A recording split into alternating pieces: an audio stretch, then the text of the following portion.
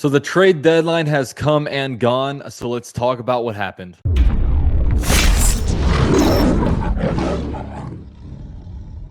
So this video is sponsored by BetUS. Jaguars. The Jaguars are 6-2 against the spread this season.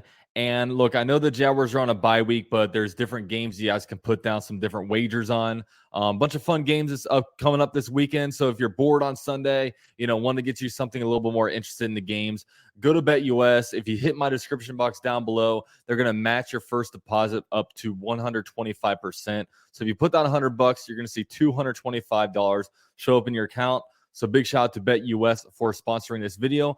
Now let's get on to this trade deadline talk. So a bunch of hype was leading up to this trade deadline. Really a lot of discussion about what the Jaguars are going to do. I think we all knew that the Jaguars were going to be buyers, but in what area are we going to be buyers? Are we going to trade a day 3 pick? Are we going to trade away our first round pick? What's going to happen? And it looks like the Jaguars, instead of going with an edge rusher like a lot of people thought that they would, they decided to go interior offensive line with Ezra Cleveland from Minnesota. So we actually traded for a pretty good guard. Now, this guy was drafted in the second round of the 2020 draft. His PFF grade is pretty good, man. In 248 pass block snaps, he's allowed 10 pressures and just 1 sack. And he's the 8th ranked guard amongst eligible guards in the NFL. So he actually, I'm pretty surprised that the Jaguars were able to get him for just a 6th round pick, a 2024 6th round pick. That is absolute chump change. We just got basically a free player on an expiring contract. But the big thing about this now is, like, what does this mean? Like, what does this mean for the Jaguars? What's his role going to be on the Jaguars? I know this news actually broke when Doug Peterson was live on the Pat McAfee show, and then he immediately said that, look, this is really good for our depth. So the big question is, will he be a starter? Now, the thing that you got to look at is, look, we have our left tackle locked down with Cam Robinson, right tackle Anton Harrison. This guy's never played center in his life, so Luke Fortner is going to be the center.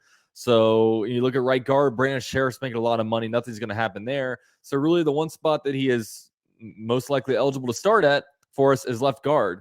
But when I look for it, man, I really feel for Walker Little. So Walker Little, the first 4 games of the season, was playing as the Jaguars' best offensive lineman out there at left tackle.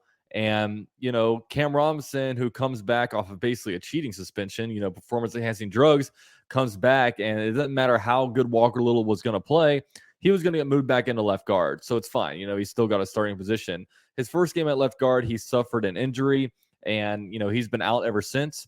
But it's looking – actually, no, he was in against the Pittsburgh Steelers, but he just wasn't starting. He just was, I guess, a reserve player. So he's probably eligible to, hey, maybe he's going to start in a couple weeks against the San Francisco 49ers. But it never happened. And, that game's not here yet. And now we trade for a guy in Cleveland, and Ezra Cleveland, who is definitely more, he has a lot more experience at left guard. I'll just say that. I don't know if he's a better left guard right now because we haven't seen Walker Little play much of that. But, Walker Little might just get backed up again just because, he's going to, just because they brought in another guy. So I definitely feel for him. But I know if it was me, I would probably allow Walker Little to start a left guard first game because, look, he's playing as one of the best offensive linemen. You want to see how he does a left guard. What if he's this really good left guard? And then, for the way I would do it is it's pretty clear what the Jaguars backup, at least depth, is going to look like. Look, it's clear that, Walker Little is going to be the swing tackle. Somebody goes down, whether it be Cam Robinson or Anton Harrison, Walker Little is going to slide into their spot. Right now, the move guard would be Ezra Cleveland, whether it's left guard or right guard. And then Tyler Shatley is going to back up Luke Fortner. So that's how it's going to be looking, I think, right now. But overall, it's a good move, man. You get a really, really good depth piece and a guy that is definitely willing and able to start.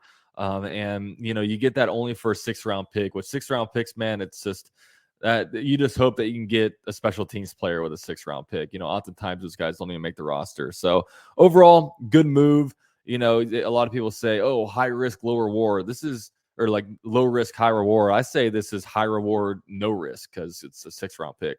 So, good stuff there. We've stacked up 6th round picks in the Trent Baalke era. So Next up, it's like, why didn't we do more? That's the only move that the Jaguars made. And I know a lot of Jaguar fans were like clamoring to get an edge rusher to really make a big swing. But the unfortunate thing is that right now, the Jaguars' second round pick, third round pick, and fourth round pick are all tied up with Calvin Ridley. You have an extra fourth round pick, and also you had an extra third round pick with a comp pick for Juwan Taylor. But I forgot when I made my preview video, or not my preview video, but my trade deadline potential trade video, that hasn't technically been granted to us yet. I think at the end of the season, they're going to say, okay, these are comp picks that have been awarded, and then the Jaguars are going to get that. So right now, the only thing the Jaguars really able to do was, trade like a fifth, sixth, seventh round pick, or the number one, or the first round pick, which, people say, oh man, let's swing for the fences. Let's go trade the first round pick for Danielle Hunter. And look, if the Jaguars made that trade, if you told me that the Jaguars traded first round pick for Danielle Hunter and it's going to result in a Super Bowl, yeah, I'm going all in and doing that. But you're risking that if the Jaguars lose the AFC Championship game, all of a sudden you're looking at, it's like, dang, we have no first round pick, because of that, and you're trading for a guy that's on an expiring contract and a guy that you probably can't re-sign. It'd be different if the Jaguars said, look, if we get this guy, we're going to be able to re-sign him. With Josh Allen going to get a monstrous amount of money, and Trevor Lawrence is eligible for a new deal. You got different guys going to be due, in the next year, like, Tyson Campbell, Walker Little, some guys that you want to re-sign. It'd be a little bit gross negligence to all of a sudden throw a first round pick for a guy that's just a half a season rental. You know what I mean? And when you talk about being able to have a good roster for an extended period of time, you can't just be throwing away draft picks like that. And that's, in some case, it works out sometimes. I mean, the Rams cashed in, on making all those crazy first round pick trades, and they got the Super Bowl. But I think right now their roster is kind of paying for it. They're suffering just a little bit. So, that's what that was. And you look at the things like Sweat went for a second round pick. Chase Young Montez Sweat went for a second round pick. Chase Young went for a third round pick. So those are some of the asking prices. So in order to get any of those guys, we would have to trade our first round pick away. And the big thing though is Josh Uche. Apparently all it took to get him was a fourth round pick. And Balky was down to trade for him, but he only wanted to do a fifth round pick. Patriots want a fourth round pick. Balky only wanted to give a fifth round pick. The trade never went through. Now that I'm giving up the fourth round pick, like, who cares, man?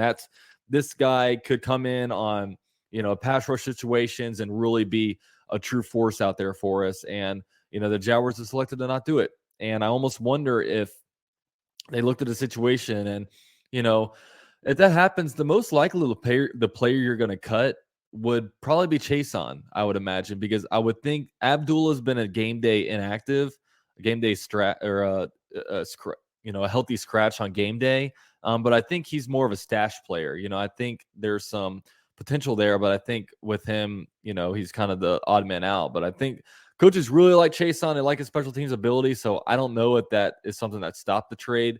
That would be unfortunate if it was, but all that happened. So yeah, the Jaguars end up with Ezra Cleveland. Man, I'm going to have to, I just want to call him Cleveland. Never heard of the name Ezra. I called him Enzo Cleveland earlier on Twitter when I was in and out of meetings and got toasted, whatever. But yeah, the Jaguars don't get an edge rusher. So this defense is pretty good. I will say it's already pretty good. And the offense should hopefully only get better. And hopefully we are on our way to a number one seed, Super Bowl berth, all that great stuff. 6-2, best start since 1999. It's an awesome time and fun time to be a Jaguar fan. Can't wait to see how this season ends up.